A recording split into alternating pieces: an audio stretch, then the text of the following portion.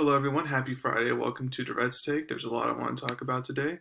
So let's get started. I'm going to talk about some college football a little bit before talking about the NBA some more. So, some college football news came out a couple days ago that I don't feel like enough people are talking about that's very important to the season, assuming there is one. Um, it's the fact that Clemson's best wide receiver, Ross, is having back surgery and that it could impact the rest of his career, but for sure, automatically, he will be out for the season.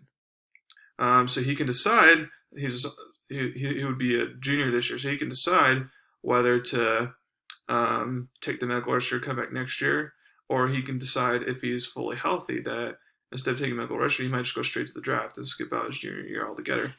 So that'll be interesting to see what decision he makes there. But anyways, I haven't gone through a lot of college football predictions per se because I really want to see if the season A will happen and then B will they start on time. Fans, I'm pretty much expecting it limited or none either way.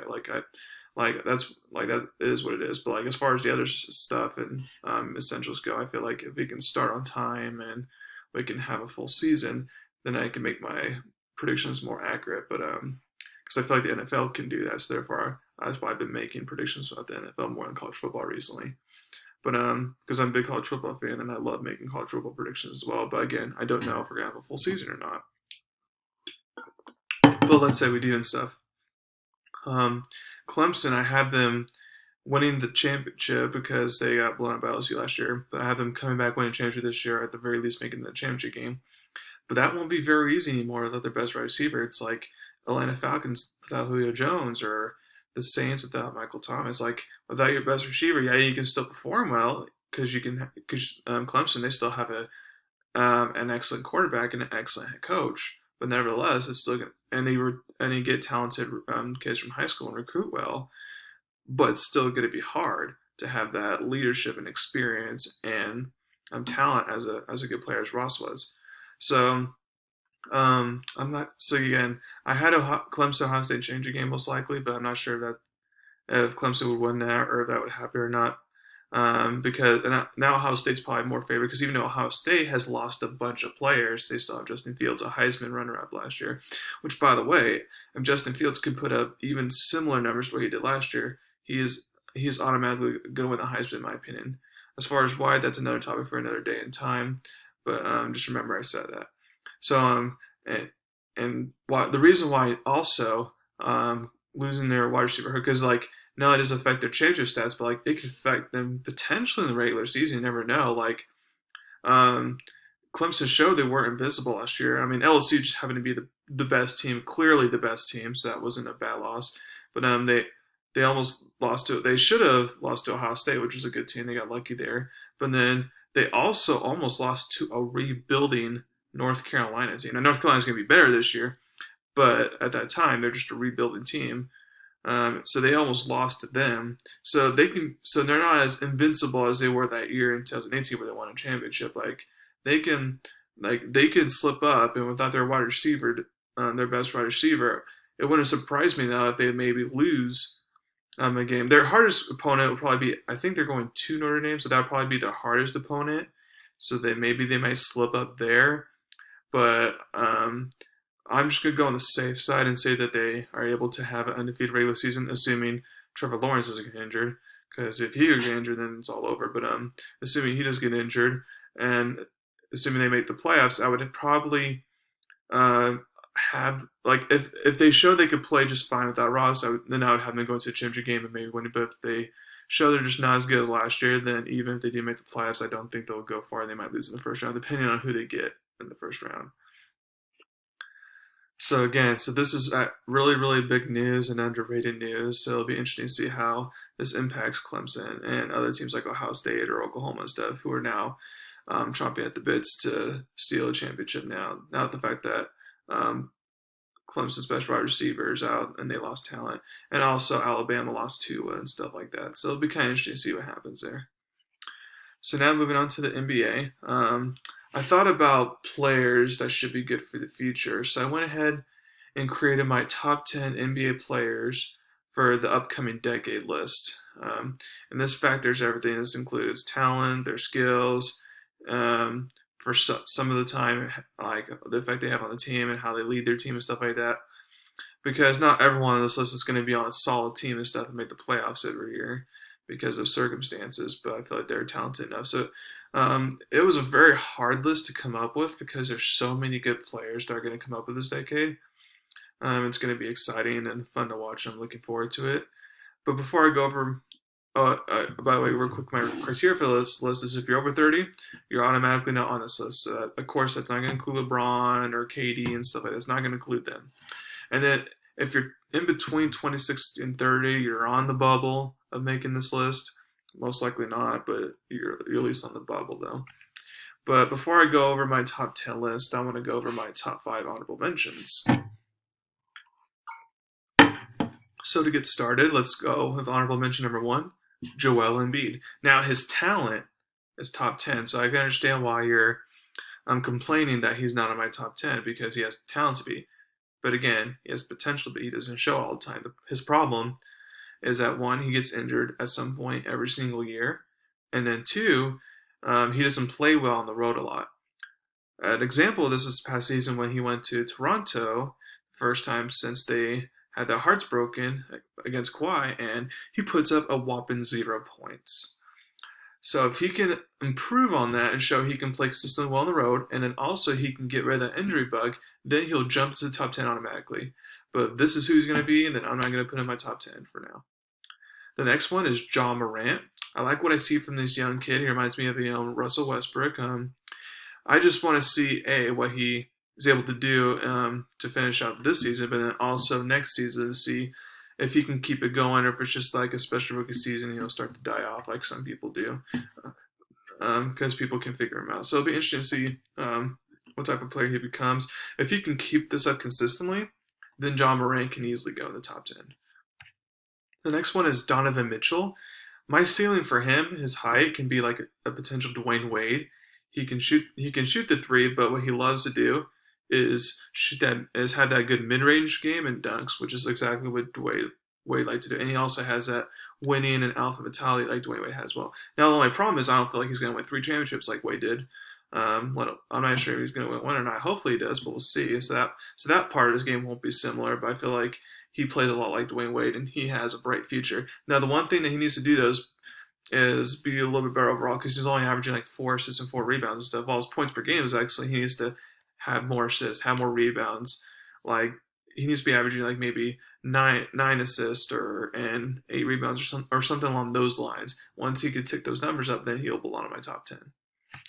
The next one is Jamal Murray. Now Jokic is the best player on the Nuggets, but Jamal Murray is kind of the engineer of the team. He helps keep things going smooth and helps them basically be a contender to win a championship, basically. Because without him, you have no contender, despite Jokic and their other good, solid role players.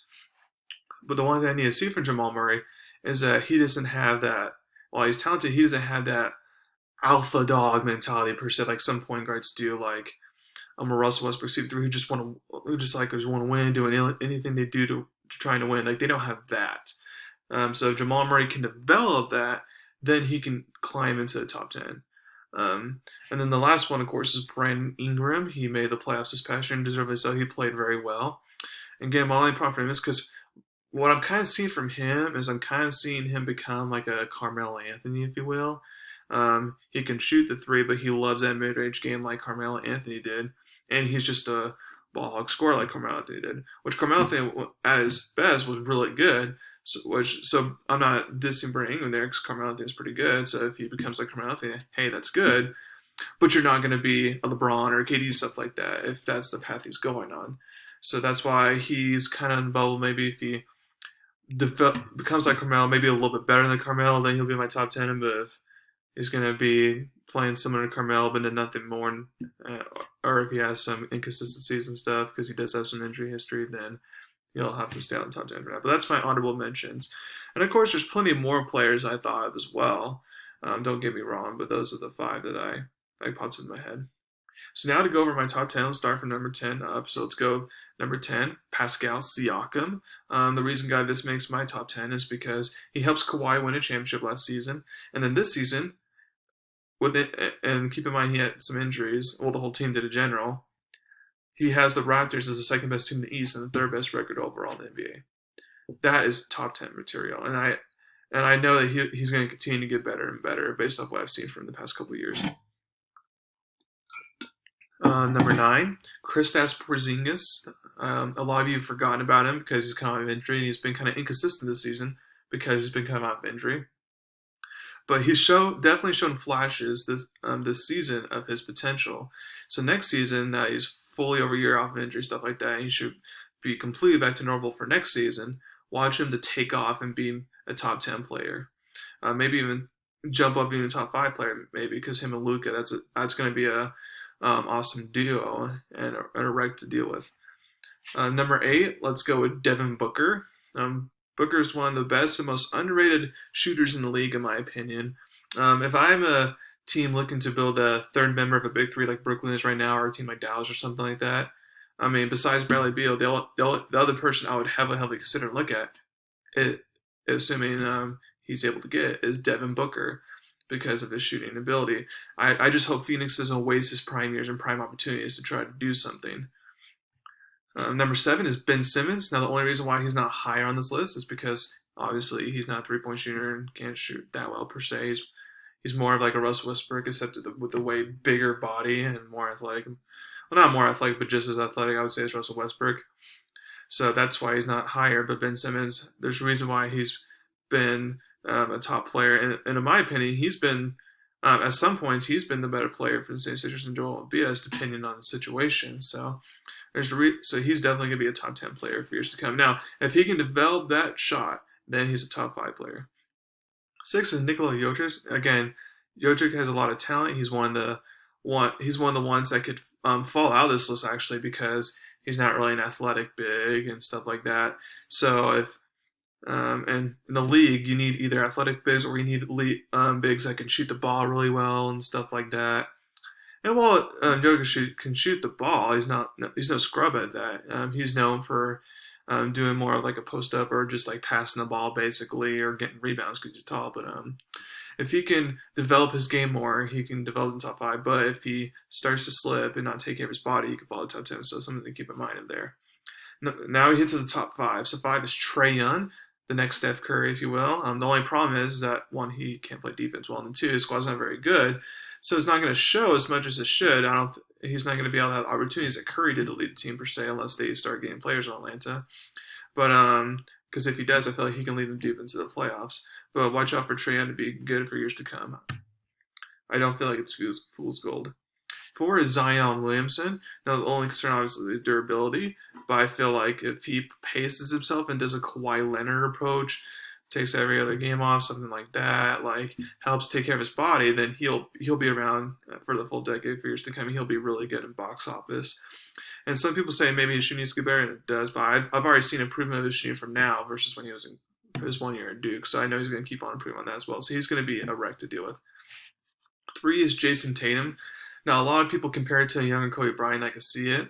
I don't feel like he reached Kobe levels, but level when it's all said and done. But he can become like a shorter version of KD, in my opinion. He's going to be really good. And now the Celtics are going to be championship contenders every year because Tatum is playing. 1 and 2, it was really hard to decide who's 1 and 2. I'm going to go with 2 being Luka Doncic. It was hard for him not to put him number 1. I'll explain why later. But Luka plays like LeBron, and he's been lights out. He's been good ever since he came to the league. He's not the most athletic, so if he can become more athletic and he can maintain his consistency, then he can maybe be number 1. Also, 31% for threes this past season, 8 coming in, so if he can improve on that, then he can be number 1. And then, of course, Giannis is number 1. He plays in the East. He has that moment mentality. And like I said, he plays in the East, or even if he goes to a team like Golden State, he's going to be loaded either way, so he's going to be a championship pitcher for years and years to come.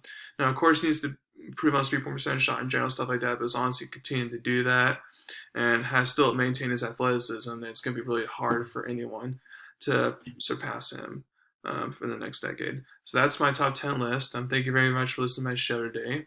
Remember to subscribe to my channel. Let me know what you want me to talk about. Y'all have a great weekend and see y'all next weekend.